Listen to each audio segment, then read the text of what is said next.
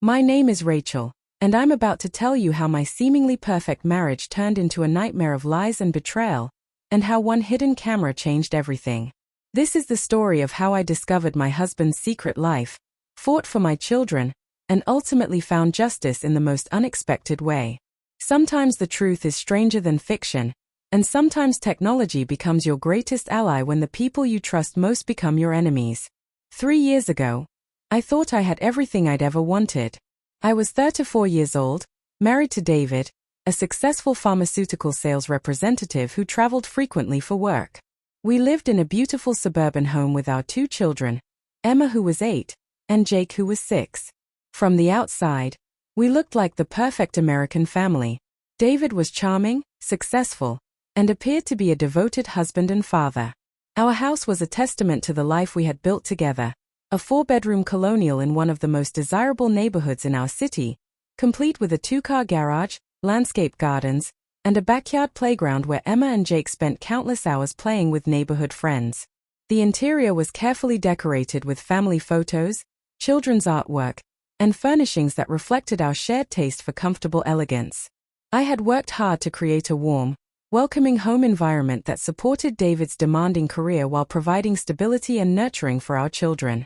The kitchen was the heart of our house, where I prepared elaborate family dinners, helped with homework, and hosted playdates that brought joy and laughter into our daily routines. The living room featured comfortable seating arranged to encourage family conversations and game nights that had become cherished traditions. My background had prepared me well for the role of supportive wife and dedicated mother. I had grown up in a middle-class family where my parents modeled a strong marriage built on mutual respect, shared responsibilities, and unwavering commitment to their children's well-being. My mother had successfully balanced a career as a nurse with raising 3 children, while my father worked as an engineer and coached our various sports teams. The values instilled during my childhood, hard work, integrity, putting family first, and supporting your spouse's dreams, had shaped my approach to marriage and motherhood. I believed that creating a stable home environment was just as important as earning an income, and I took pride in managing our household efficiently while ensuring that David could focus on his career without worrying about domestic responsibilities. My own educational background included a bachelor's degree in marketing from the State University, where I had graduated magna cum laude and been active in student organizations that developed my leadership and communication skills. After graduation, I had worked for several years at a regional advertising agency, where I had gained experience in campaign development, client relations, and project management that had prepared me for potential future career opportunities. The decision to become a stay-at-home mother had been made jointly by David and me, based on careful consideration of our family goals, financial situation, and beliefs about child-rearing. We both felt that having a parent available for school events, after-school activities, and the countless small moments that shape children's development was worth the temporary sacrifice of my income and career advancement. David's career trajectory had exceeded our expectations during the early years of our marriage, with his natural charisma and strong work ethic leading to rapid promotions and substantial salary increases. His success had validated our decision to prioritize his career development, as the financial rewards allowed us to provide our children with excellent schools, enrichment activities, and the security of a stable, comfortable home environment. The pharmaceutical sales industry was highly competitive and relationship-driven, requiring representatives to build trust with medical professionals who made critical decisions about patient care and treatment options. David excelled in this environment because of his ability to listen carefully to doctors' concerns, provide valuable information about product benefits and limitations, and follow through on commitments with reliability and professionalism. Morrison Pharmaceuticals had recruited David specifically because of his combination of scientific knowledge, business acumen, and interpersonal skills that made him effective at building long-term relationships with medical practices throughout his assigned territory. The company provided extensive training, competitive compensation, and opportunities for advancement that made pharmaceutical sales an attractive career path for ambitious professionals. I had given up my career as a marketing manager when Emma was born, choosing to be a stay-at-home mother to focus on raising our children and supporting David's demanding career. His job required extensive travel throughout the region, sometimes keeping him away for 3 or 4 days at a time. I managed our household, coordinated the children's activities, and maintained our social connections while David built his professional reputation and earned the income that supported our comfortable lifestyle. David worked for Morrison Pharmaceuticals, one of the largest medical supply companies in the state. His territory covered 5 states, and he was responsible for building relationships with doctors, hospitals, and medical practices to promote their products. The job was lucrative but demanding, requiring long hours, frequent travel, and the ability to build trust with medical professionals who made decisions about which products to recommend to their patients. Our marriage had started strong, built on what I believed was genuine love, shared values, and mutual respect. We had met in college, dated for 3 years, and married after David completed his master's degree in business administration. The early years were happy and filled with dreams about building a family and creating a stable, loving home for our future children. David had always been ambitious and hardworking, qualities that I admired and that contributed to his success in pharmaceutical sales. He was naturally charismatic, able to connect with people quickly and build relationships that translated into business success. His colleagues respected him, his supervisors praised his performance, and his clients trusted his recommendations about medical products and treatments.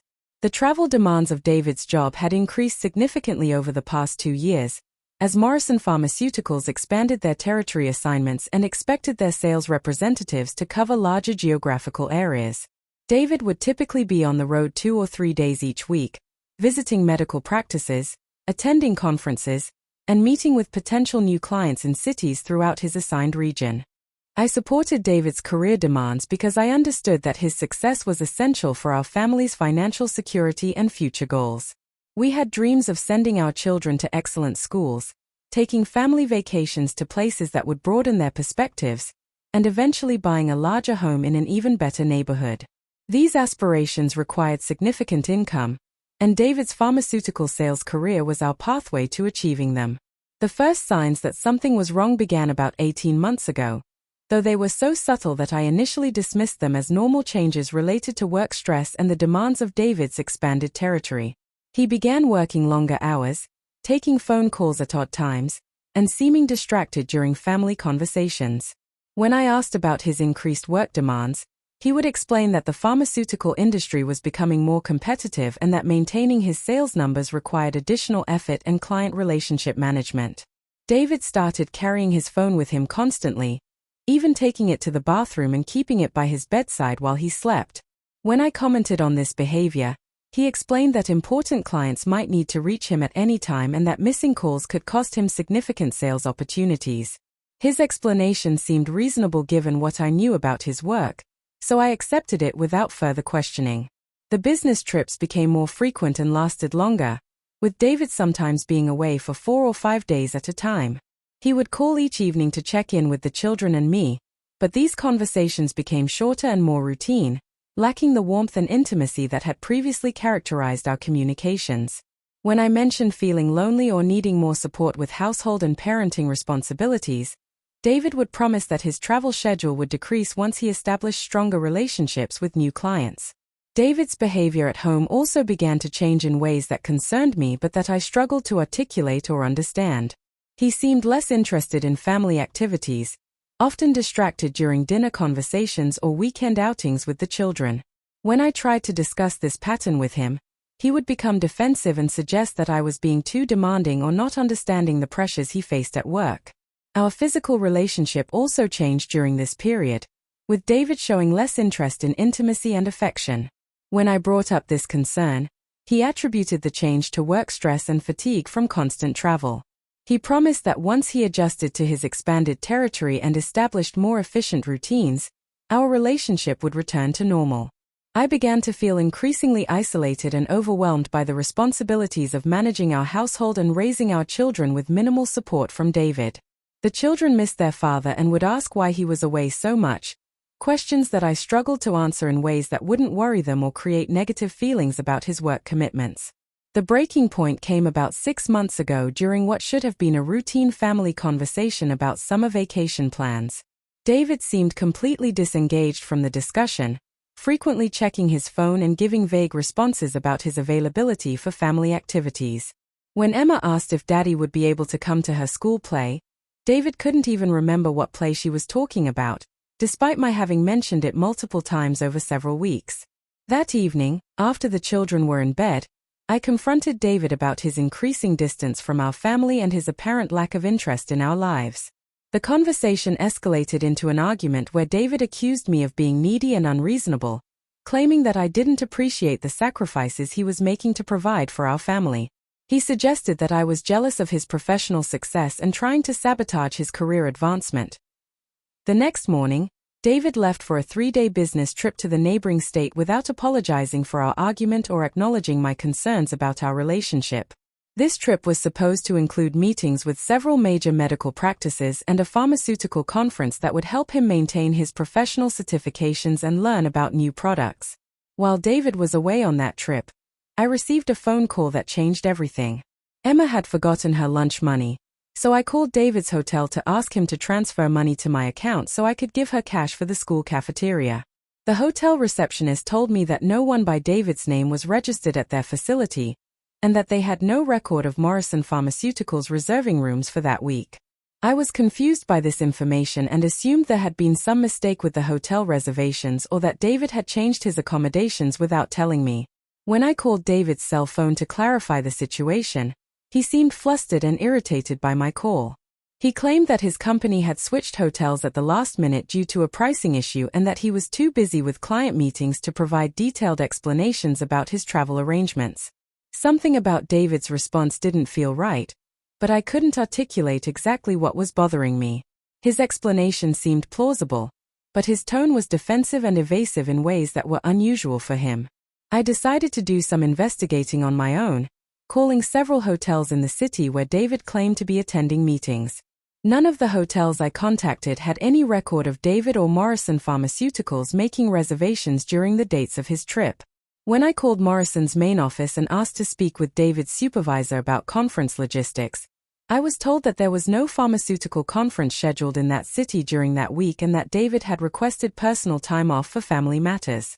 The discovery that David had lied about his business trip was devastating and terrifying. If he wasn't attending pharmaceutical conferences or meeting with clients, where was he spending these days away from home? What was he doing with his time? And why had he constructed such elaborate deceptions about his work activities? I spent the next several weeks in a state of anxiety and confusion, trying to decide how to confront David about his lies while also gathering more information about his actual activities during business trips. I began paying closer attention to his travel patterns, his phone conversations, and his explanations about work commitments. The evidence of David's deception continued to accumulate over the following weeks. Credit card statements showed charges at restaurants and hotels that didn't match his reported itineraries. His mileage logs for expense reimbursement indicated travel to cities where he claimed to have no business commitments. Phone records revealed frequent calls to numbers that I didn't recognize and that weren't associated with any of his professional contacts. I hired a private investigator named Susan Martinez, who specialized in matrimonial investigations and had extensive experience documenting adultery and financial misconduct in divorce cases. Susan was professional, discreet, and understanding about the emotional difficulty of investigating a spouse's potential infidelity. She explained the legal requirements for gathering evidence that would be admissible in divorce proceedings, and helped me understand my options for protecting my interests and those of my children. Finding Susan had been a process in itself, as I needed someone with the right combination of professional expertise, ethical standards, and understanding of the emotional complexity involved in investigating a spouse. I had researched private investigators online, read reviews and testimonials, and consulted with my attorney about recommendations for investigators who specialized in matrimonial cases and had strong track records of gathering admissible evidence. Susan's office was located in a discreet professional building downtown, designed to provide privacy for clients who needed to discuss sensitive personal matters without fear of being recognized or judged. During our initial consultation, she explained that successful matrimonial investigations required patience, careful planning, and strict adherence to legal guidelines to ensure that any evidence gathered would be useful in court proceedings.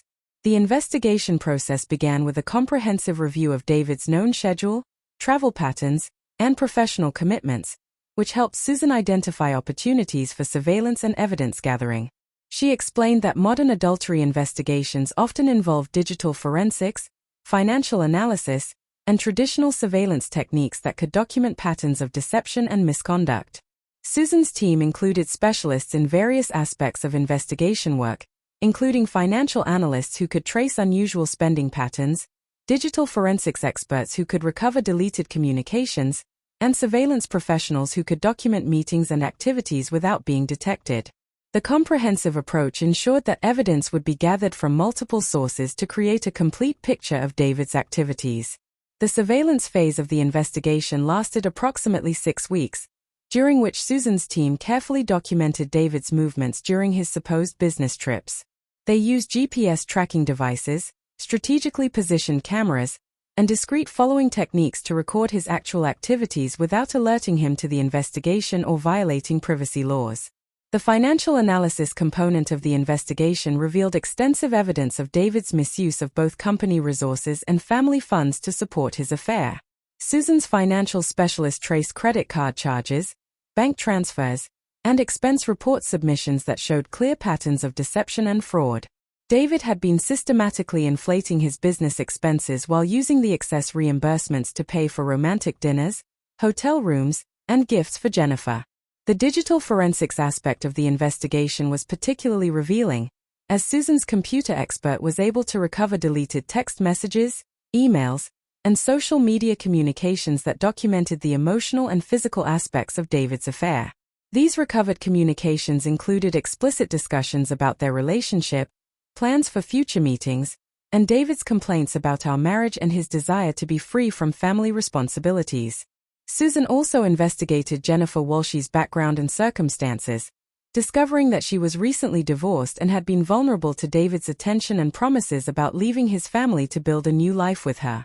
The investigation revealed that David had made similar promises to Jennifer that he had made to me years earlier, suggesting a pattern of deceptive behavior and manipulation that extended beyond simple infidelity.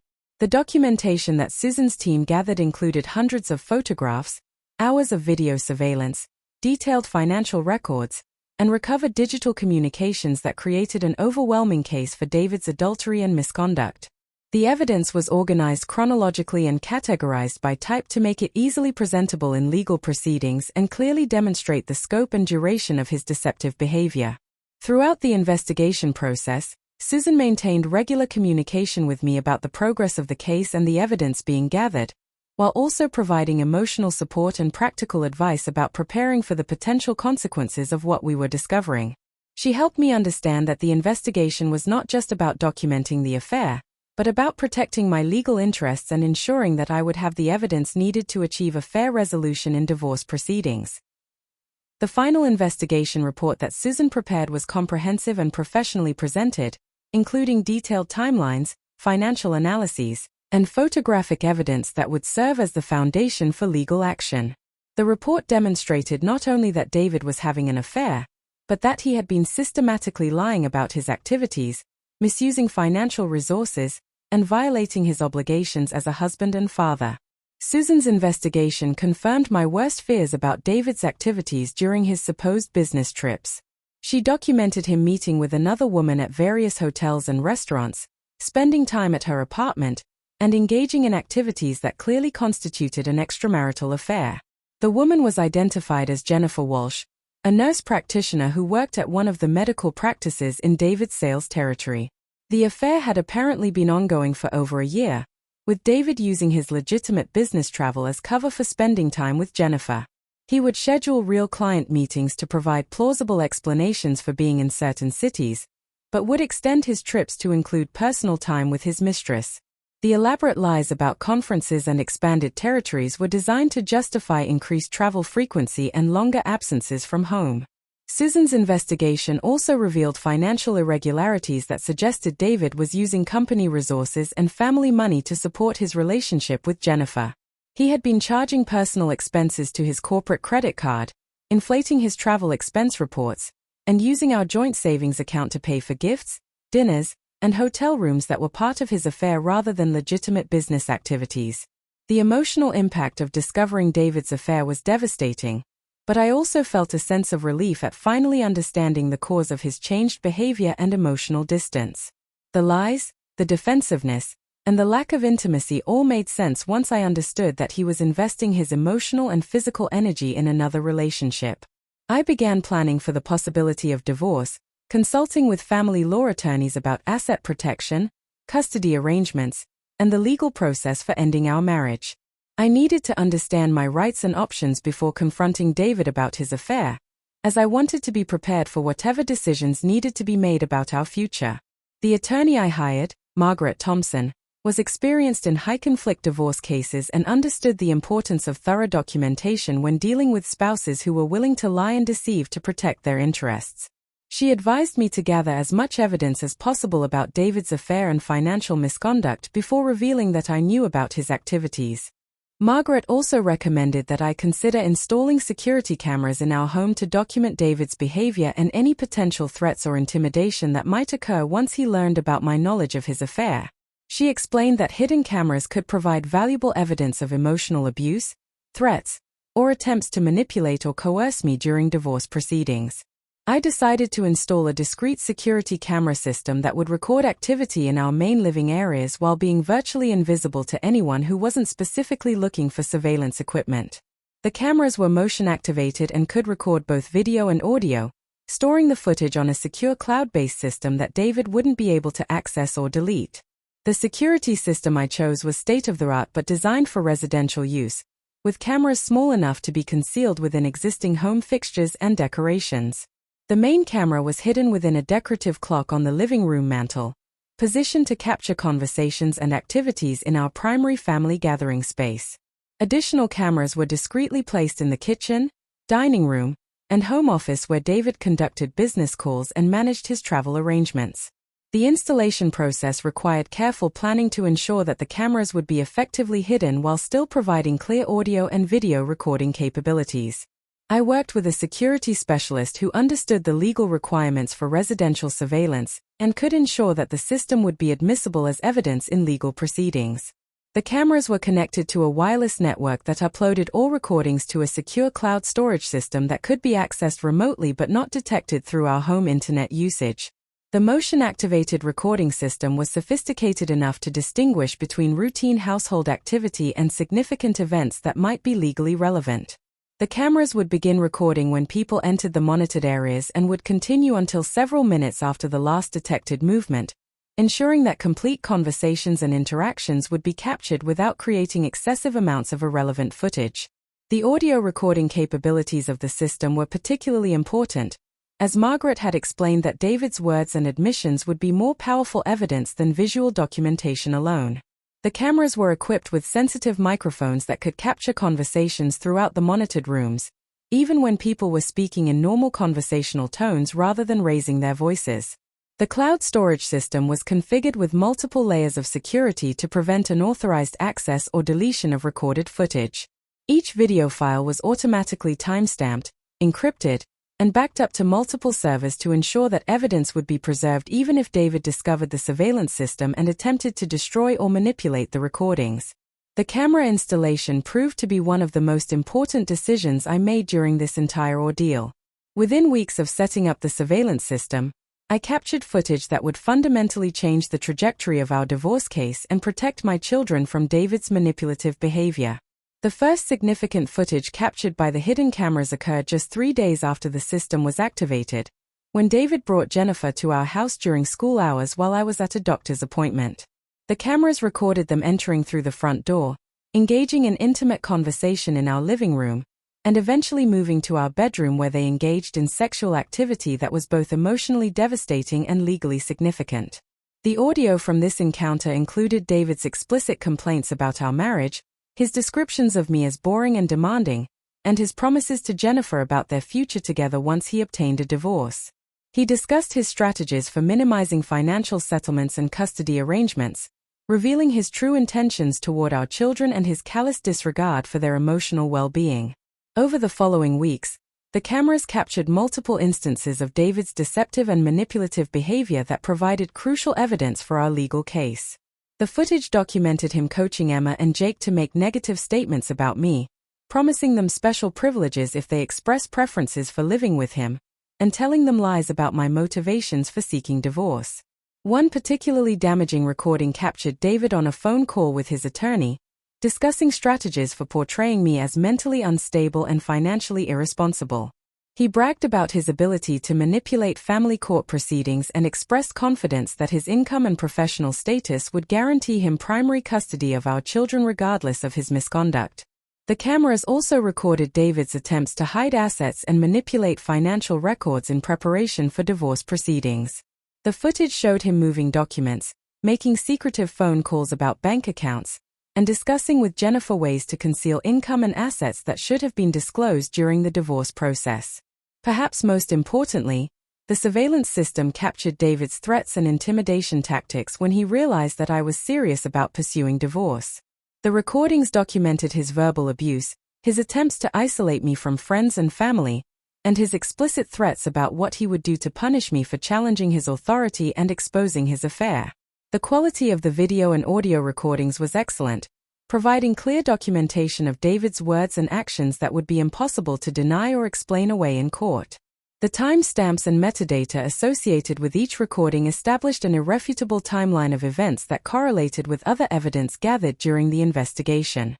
Margaret reviewed all of the recorded footage and helped me identify the most powerful and legally relevant segments that would be used as evidence in our divorce proceedings. She explained that the combination of visual and audio evidence would be devastating to David's credibility and would demonstrate the patterns of deception and manipulation that characterized his behavior throughout our marriage. The confrontation about David's affair occurred on a Sunday evening when the children were staying overnight with my parents. I had planned this timing carefully, wanting to have a serious conversation without worrying about Emma and Jake overhearing arguments or witnessing emotional confrontations between their parents. I presented David with copies of the evidence that Susan had gathered, including photographs of him with Jennifer, documentation of their meetings at various locations, and records of the financial resources he had used to support their relationship. I told him that I knew about his affair and that I wanted to discuss our options for moving forward, either through marriage counseling or divorce proceedings. David's initial reaction was denial and anger. He claimed that the photographs were misleading and that his relationship with Jennifer was purely professional, related to his sales responsibilities at her medical practice. He accused me of hiring investigators to spy on him and violating his privacy, suggesting that my actions demonstrated paranoia and mental instability that made me unfit for marriage and motherhood. When I pressed David about the specific evidence of his affair, including hotel receipts and romantic text messages that Susan had documented, his denials became more aggressive and personal. He began attacking my character, my appearance, and my contributions to our marriage, claiming that I had become boring and demanding and that he deserved to find happiness and fulfillment outside our relationship. The conversation escalated into a screaming match where David made threats about divorce proceedings and custody arrangements.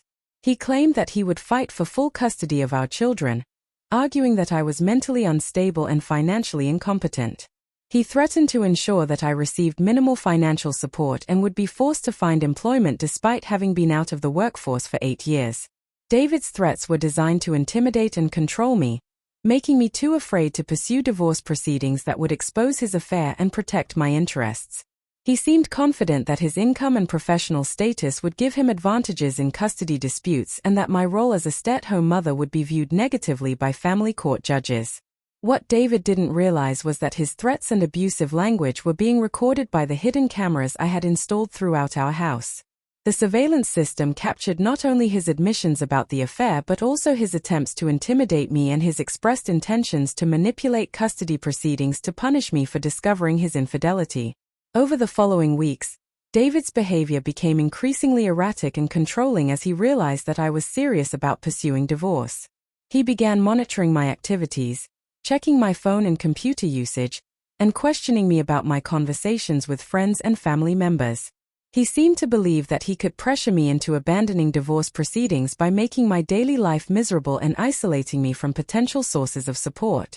The hidden cameras continued to document David's abusive and manipulative behavior during this period. He would alternate between making threats about custody and financial support and attempting to convince me that our marriage could be saved if I was willing to overlook his affair and accept a more limited role in his life. David also began bringing Jennifer to our house during times when he knew the children would be at school and I would be running errands. The hidden cameras captured them engaging in intimate activities in our marital bedroom and throughout our home, behavior that was both emotionally devastating and legally significant for divorce proceedings. The footage also documented David coaching the children to say negative things about me and to express preferences for spending more time with him rather than me. He would tell Emma and Jake that Mommy was trying to break up our family and that they might have to choose which parent they wanted to live with. These conversations were emotionally abusive to our children and legally relevant for custody determinations. I filed for divorce after gathering several weeks of video evidence that demonstrated the pattern of David's deception, infidelity, and abusive behavior. Margaret advised me to request temporary custody of the children and temporary spousal support while the divorce proceedings were pending, based on David's documented misconduct and his threats to leave me financially destitute. David's response to the divorce filing was immediate and aggressive. He hired an expensive attorney who specialized in high-conflict divorce cases and began implementing strategies designed to minimize his financial obligations and maximize his custody rights. He filed countermotions claiming that I was mentally unstable, financially irresponsible, and attempting to alienate the children from their father. David's legal strategy involved portraying himself as a devoted father and successful professional who was being victimized by a vindictive wife who couldn't accept the natural end of their marriage. His attorney argued that David's affair was the result of marital problems that I had created through my neediness and lack of support for his career advancement. The custody dispute became particularly nasty, with David claiming that my role as a stay-at-home mother demonstrated lack of ambition and financial responsibility that made me unsuitable for primary custody.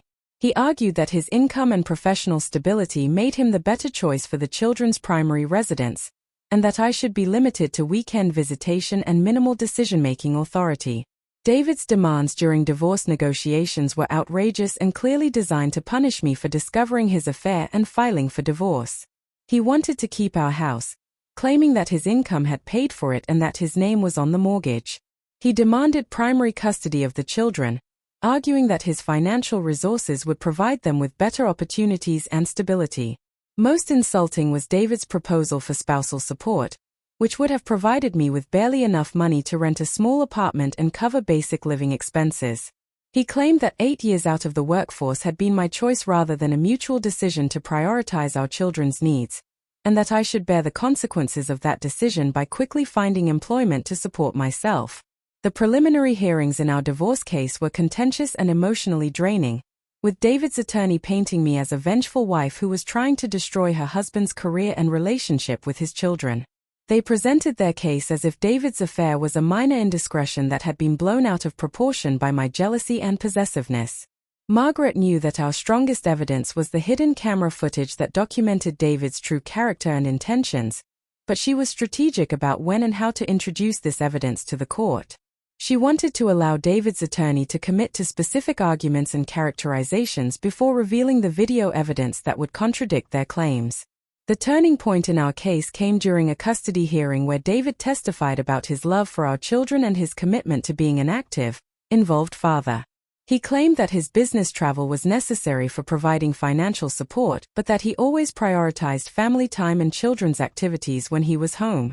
David's attorney presented him as a responsible parent who had been forced to work harder and travel more because of my refusal to contribute financially to our household. They argued that granting me primary custody would force David to pay excessive child support while limiting his ability to maintain a close relationship with Emma and Jake. When it was my turn to present evidence, Margaret surprised everyone by requesting permission to show video evidence that documented David's actual behavior and statements about custody and financial support. David's attorney objected, claiming that hidden cameras violated privacy rights and that any footage had been obtained illegally. The judge ruled that the video evidence was admissible because it had been recorded in my own home with my own equipment, and because it was relevant to determining David's fitness as a parent and his true intentions regarding custody arrangements. Margaret began playing selected clips that demonstrated David's abusive language, his manipulation of the children, and his explicit threats about punishing me through custody and financial proceedings. The most damaging footage showed David telling Jennifer that he planned to destroy me financially and ensure that I had minimal contact with our children. He bragged about his attorney's strategies for portraying me as mentally unstable and described his intentions to hide assets and minimize child support payments. The recordings captured him laughing about my financial vulnerability and expressing satisfaction about the control he would have over my future. The courtroom was silent as the judge and attorneys watched David's true character being revealed through his own words and actions. The footage showed him coaching our children to say negative things about me, bringing his mistress into our family home, and expressing callous disregard for the emotional impact of his behavior on Emma and Jake. David's reaction to seeing the video evidence was immediate panic and rage. He accused me of illegal surveillance and invasion of privacy, claiming that the recordings had been edited or manipulated to make him look bad. His attorney requested a recess to confer with their client and develop a response to evidence that they clearly hadn't anticipated. When the hearing resumed, David's attorney attempted to argue that the hidden camera footage was inadmissible and irrelevant to custody determinations. They claimed that David's private conversations and personal relationships had no bearing on his ability to parent our children effectively and that using surveillance to gather evidence demonstrated my own problematic behavior. The judge rejected these arguments, noting that the video evidence directly contradicted David's testimony about his parenting priorities and revealed his true intentions regarding custody and financial support. The recordings demonstrated that David viewed custody proceedings as an opportunity to punish me rather than to protect our children's best interests. Margaret then presented additional evidence about David's financial misconduct, including his use of company resources to support his affair and his attempts to hide assets in preparation for divorce proceedings. The combination of the affair documentation, the hidden camera footage, and the financial irregularities painted a comprehensive picture of David's dishonesty and manipulation. The judge's ruling was swift and decisive. David was granted minimal custody rights, consisting of supervised visitation every other weekend and one evening per week. I was awarded primary custody of our children, the family home, and substantial spousal support that would allow me to maintain stability while transitioning back into the workforce. The financial settlement required David to pay all legal fees, reimburse our joint accounts for money he had spent on his affair, and provide college funds for both children. The judge noted that David's documented threats and abusive behavior had created emotional trauma that required ongoing therapy for our family, and that his financial misconduct had violated his fiduciary duty to protect our marital assets. David's attempts to appeal the custody ruling were unsuccessful, as the appellate court found that the trial judge had properly considered all relevant evidence and had made decisions that prioritized our children's best interests. The hidden camera footage continued to serve as powerful evidence of David's true character and his unfitness for primary custody. The aftermath of our divorce was challenging but ultimately liberating. I enrolled in courses to update my marketing skills and began rebuilding my professional network after 8 years away from the workforce. The career transition was difficult, but the spousal support provided sufficient financial stability to allow me to focus on finding meaningful work rather than accepting any available position out of desperation.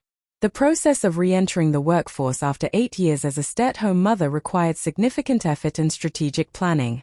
The marketing industry had evolved considerably during my absence, with digital marketing, social media strategies, and data analytics becoming central to successful campaigns. I enrolled in continuing education courses at the local university, online certification programs, and attended industry conferences to update my knowledge and skills. The professional networking aspect of my career transition was particularly challenging, as many of my former colleagues had advanced to senior positions or moved to different companies during my absence from the workforce. I joined professional organizations, attended networking events, and reconnected with former classmates who could provide insights about current industry trends and potential job opportunities. The interview process was humbling but educational, as I had to explain my career gap while demonstrating that my skills and experience remained relevant and valuable. Many potential employers were supportive of my situation and recognized that the organizational, communication, and project management skills I had developed as a stay-at-home mother were transferable to professional environments. I eventually secured a position with a mid-sized marketing firm that specialized in healthcare and pharmaceutical clients, where my previous experience and recent industry knowledge made me a valuable addition to their team. The company was family-friendly and supportive of employees who were balancing career rebuilding with parenting responsibilities, providing flexible scheduling and understanding when family obligations required adjustments to work commitments. The financial independence that came with returning to work was psychologically important, as it demonstrated to myself and others that I was capable of supporting my family and rebuilding my life after the devastation of divorce. The combination of spousal support, child support, and my new income provided a level of financial security that allowed me to focus on long-term planning rather than day-to-day survival. Emma and Jake's adjustment to our new family structure was gradual but ultimately successful, with both children demonstrating remarkable resilience and adaptability throughout the transition period. The consistency of remaining in our family home, attending the same schools, and maintaining relationships with friends and extended family members provided stability during a time of significant change. The children's counseling sessions were crucial for helping them process their emotions about the divorce and develop healthy coping strategies for managing the ongoing challenges of divided parental relationships. The therapist specialized in children's divorce adjustment and helped Emma and Jake understand that their parents' problems were not their fault and that both parents loved them despite the changes in our family structure. Emma, who was older and more aware of the family tensions, initially struggled with feelings of guilt and confusion about her loyalty to both parents.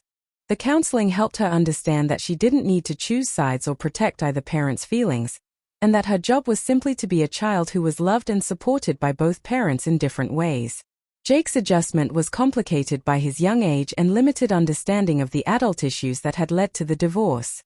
He sometimes expressed wishes that his parents would get back together and struggled with the reality that our family would never return to its previous structure. The therapy helped him develop language for expressing his feelings and strategies for managing his disappointment and sadness.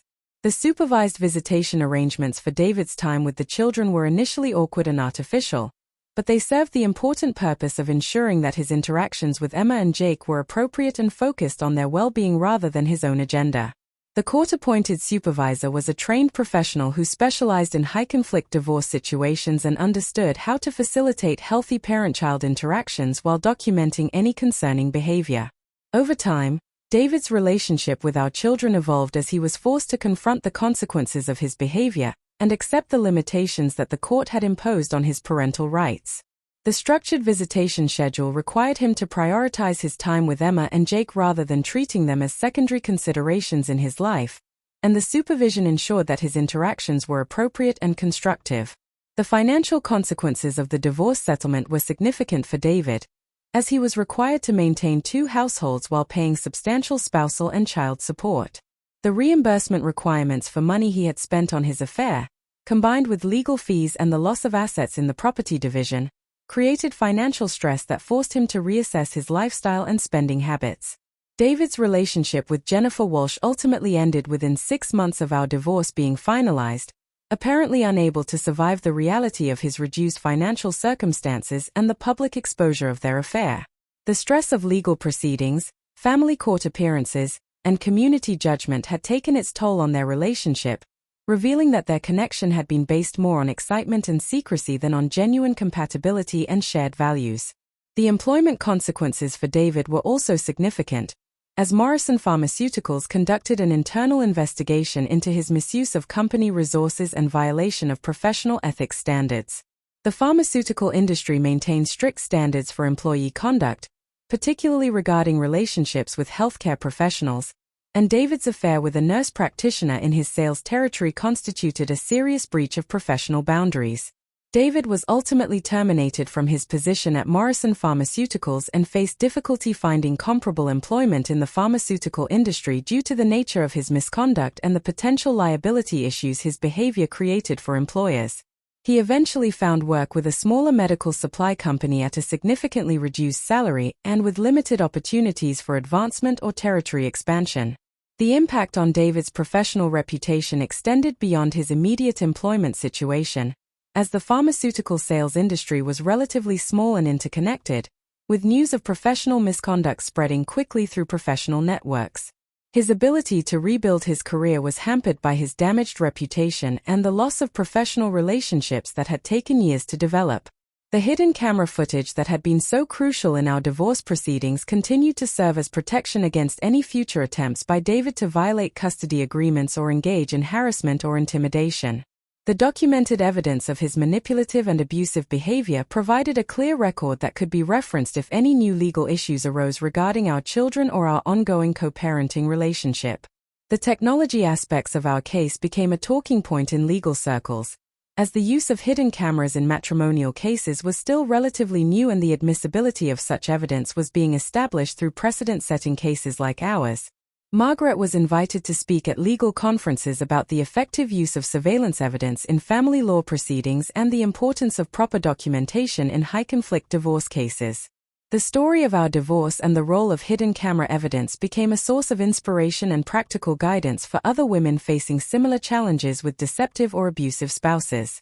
Support groups and legal aid organizations began recommending surveillance documentation as a strategy for protecting victims of domestic abuse and financial manipulation, particularly in cases where traditional evidence might be difficult to obtain. The personal growth and empowerment that resulted from successfully navigating such a challenging legal and personal situation had lasting effects on my confidence and approach to relationships and life decisions. The experience taught me to trust my instincts, advocate for my children's well-being, and refuse to be intimidated or manipulated by people who use their power or status to control others. The professional success I achieved in rebuilding my marketing career exceeded my expectations and demonstrated that career interruptions for family responsibilities don't have to be permanent barriers to professional achievement. My unique combination of life experience, professional skills, and determination made me valuable to employers who recognized the strength and resilience that I had developed through overcoming adversity. Emma and Jake adjusted to our new family structure with the help of counseling and the stability of remaining in their familiar home and school district. They were initially confused and hurt by their father's reduced presence in their lives, but they gradually began to understand that the changes were necessary for their emotional well-being and security. David's relationship with Jennifer ended shortly after our divorce was finalized, apparently unable to survive the stress and public exposure of their affair. He was forced to find a new job after Morrison Pharmaceuticals discovered his misuse of company resources and violation of professional ethics standards. His new position involved significantly less travel and lower income, making it difficult for him to maintain the lifestyle he had enjoyed during our marriage. The hidden camera system that had provided such crucial evidence during our divorce proceedings became a permanent security feature in our home. The knowledge that our activities were being recorded provided peace of mind and protection against any future threats or harassment from David or his associates. The experience taught me valuable lessons about trusting my instincts, protecting my interests, and standing up for my children's well-being even when facing intimidation and threats.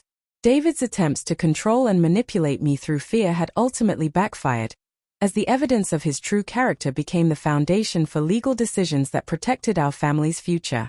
Today, 3 years after that devastating discovery of David's lies and betrayal, my children and I have built a new life based on honesty, stability, and mutual support.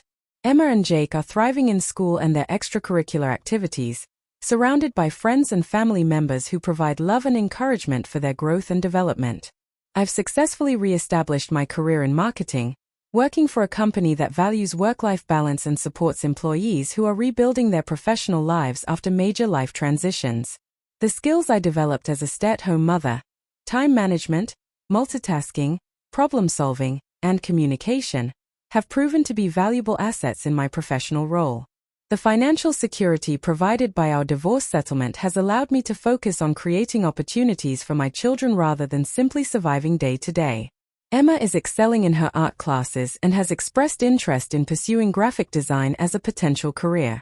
Jake has discovered a talent for mathematics and science, participating in academic competitions that challenge and inspire him. My relationship with David remains minimal and strictly focused on co-parenting issues related to his limited visitation schedule. Our communications are primarily conducted through email or a co-parenting app that maintains records of all interactions. The documented history of his manipulative behavior ensures that any attempts to violate custody agreements or engage in harassment are immediately addressed through legal channels. The hidden camera footage that changed the trajectory of our divorce case serves as a reminder that truth has a way of emerging even when people believe they can conceal their actions through lies and manipulation. David's confidence in his ability to control our divorce proceedings was based on his underestimation of my determination to protect my children and his overestimation of his own cleverness in concealing his misconduct. The story of our divorce has become a source of inspiration for other women who are facing similar challenges with unfaithful or abusive spouses. I've spoken at support groups and legal seminars about the importance of gathering evidence and understanding your rights before confronting a partner about infidelity or filing for divorce. The technology that captured David's true character and intentions has become more sophisticated and accessible since our divorce, providing other victims of deception with tools for documenting misconduct and protecting their interests. Hidden cameras, smartphone apps, and digital forensics can level the playing field for people who are being manipulated or intimidated by partners who believe their lies will never be exposed. Looking back on the entire experience, I'm grateful for the strength I discovered within myself and the support I received from legal professionals who understood the complexity of my situation. The hidden camera footage didn't just provide evidence for our divorce case, it liberated me from David's attempts at control and manipulation by revealing the truth about his character and intentions. That footage changed everything because it showed not just what David was doing, but who he really was beneath the charming facade he presented to the world. The cameras captured his true voice, his real priorities, and his actual feelings about our family and our future. Sometimes the most powerful weapon against deception is simply the truth, recorded and preserved for the moment when justice finally has its day in court. The long-term implications of our case extended far beyond our personal situation, as the legal precedents established through our divorce proceedings influenced how family courts approach similar cases involving surveillance evidence and technology-assisted documentation of spousal misconduct. Margaret's successful use of hidden camera footage opened doors for other attorneys to protect their clients using similar strategies, particularly in cases where traditional evidence-gathering methods were insufficient or impractical. The emotional healing process for our family continued for years after the legal proceedings concluded, with ongoing therapy and counseling helping Emma, Jake, and me develop healthy coping strategies and communication patterns. The children learned valuable lessons about honesty, integrity, and the importance of treating others with respect and kindness, lessons that were reinforced through our daily interactions and family discussions. My relationship with my parents and extended family was strengthened through the ordeal, as they provided unwavering support and practical assistance throughout the investigation, legal proceedings, and adjustment period. Their help with childcare, emotional support, and financial guidance during my career transition was invaluable in helping us rebuild our lives and create new family traditions that reflected our changed circumstances. The community support we received was overwhelming and heartwarming, with neighbors, school friends, families, and church members offering assistance, encouragement, and practical help during the most difficult periods of our transition. The experience taught me about the importance of accepting help from others and building strong support networks that can provide stability during times of crisis and change. The financial education I gained through managing divorce proceedings and rebuilding my career gave me confidence and skills in areas that I had previously left entirely to David. Learning to manage investments, plan for retirement, and make important financial decisions independently was empowering and practical, ensuring that I would never again be vulnerable to financial manipulation or control by another person. The advocacy work I became involved in through speaking at support groups and legal seminars provided a sense of purpose and meaning that grew out of my difficult experiences. Helping other women navigate similar challenges and understand their rights and options became a source of personal fulfillment and professional growth that extended beyond my marketing career. The technological advances that occurred in the years following our divorce case made surveillance and evidence gathering even more accessible and effective for people facing similar situations. Smartphone apps, digital recording devices, and cloud storage systems became more sophisticated and user-friendly, providing powerful tools for documenting misconduct and protecting victims of deception and abuse.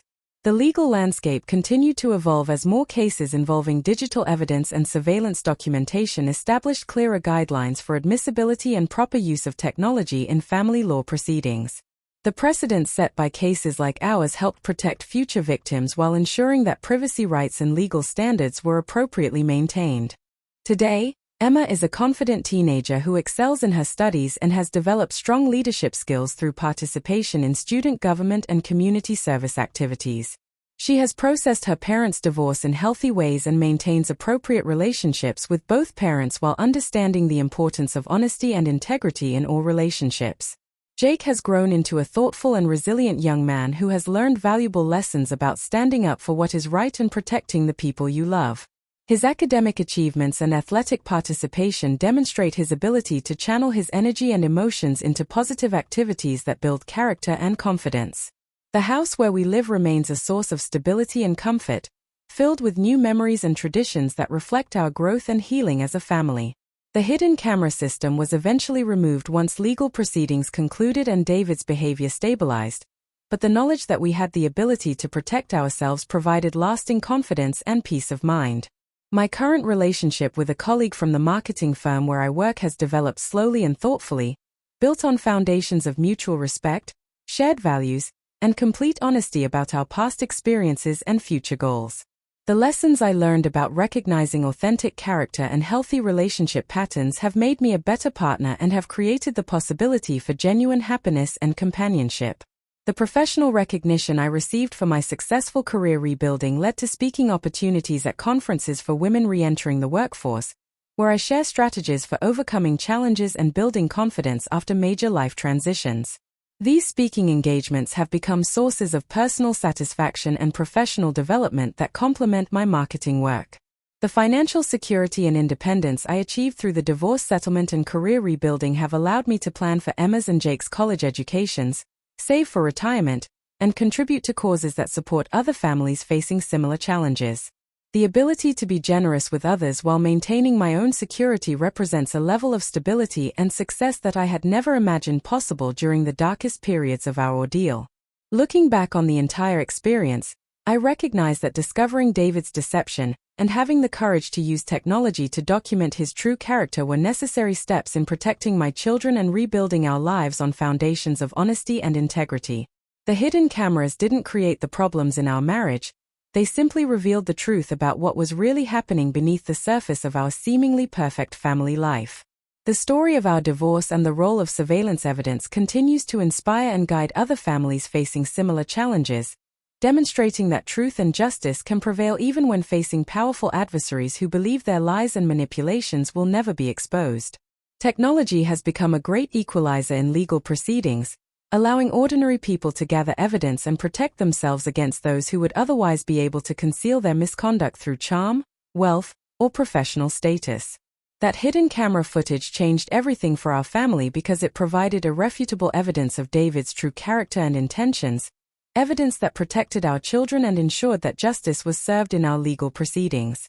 Sometimes the most powerful weapon against deception and manipulation is simply the truth, captured and preserved for the moment when it can make all the difference between justice and injustice, between protection and vulnerability, between freedom and continued abuse.